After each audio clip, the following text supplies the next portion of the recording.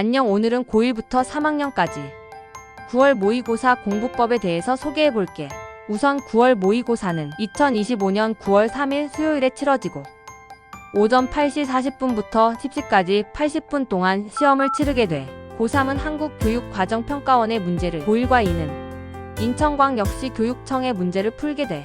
하루 공부량을 정한 뒤 매일매일 차근차근 공부하는 것이 중요할 것 같아. 우선 고1의 경우에는 방학이라고 마냥 놀지 말고 독서 지문을 매일 꾸준히 풀어서 독서감을 잃지 않는 것이 중요해. 특히 3등급 이하의 학생이라면 시간 내에 푸는 것보다는 정확도에 우선을 두고 문제를 푸는 것을 추천할게. 그 다음에 문학 개념어 및 고전시가, 필수 어휘를 정리하는 것이 좋겠어. 너네들은 이 지문을 모두 현대어로 해석할 줄 알아? 관련된 어휘와 아래 읽는 방법 등을 다시 한번 정리하면서 낯선 고전시가를 마주하더라도 문제를 풀 수 있는 능력을 키우는 것이 중요해.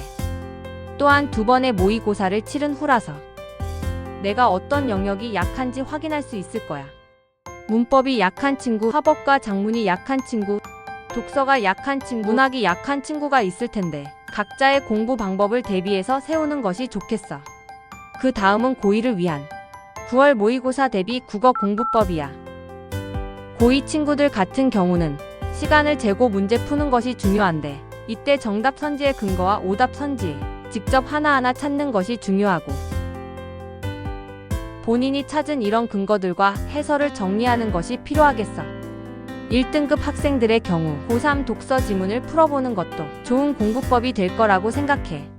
두 번째로는 나만의 풀이 순서를 정하는 거야. 이제 너네들쯤 됐으면 내가 어느 영역이 약하고 어느 영역이 강한지를 대충 알 텐데 시간 내에 모의고사를 전부 다 풀기 위해서 어느 영역부터 풀 것인지, 어려운 문제가 나왔을 때 어떻게 대처할 것인지 이런 전략을 짜는 것이 좋아.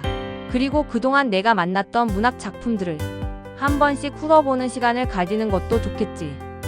다음으로는 고3을 위한 공부법이야. 자, 너네는 조금 느낌이 다를 거라 생각해. 독서 지문의 경우는 시간 감각과 정답률을 모두 잡아야 해. 1등급 학생의 경우 주 1회 모의고사를 시간을 재고 푸는 것을 추천하고 성적이 더 낮은 친구들은 1등급 학생들보다 배로 노력해야 해.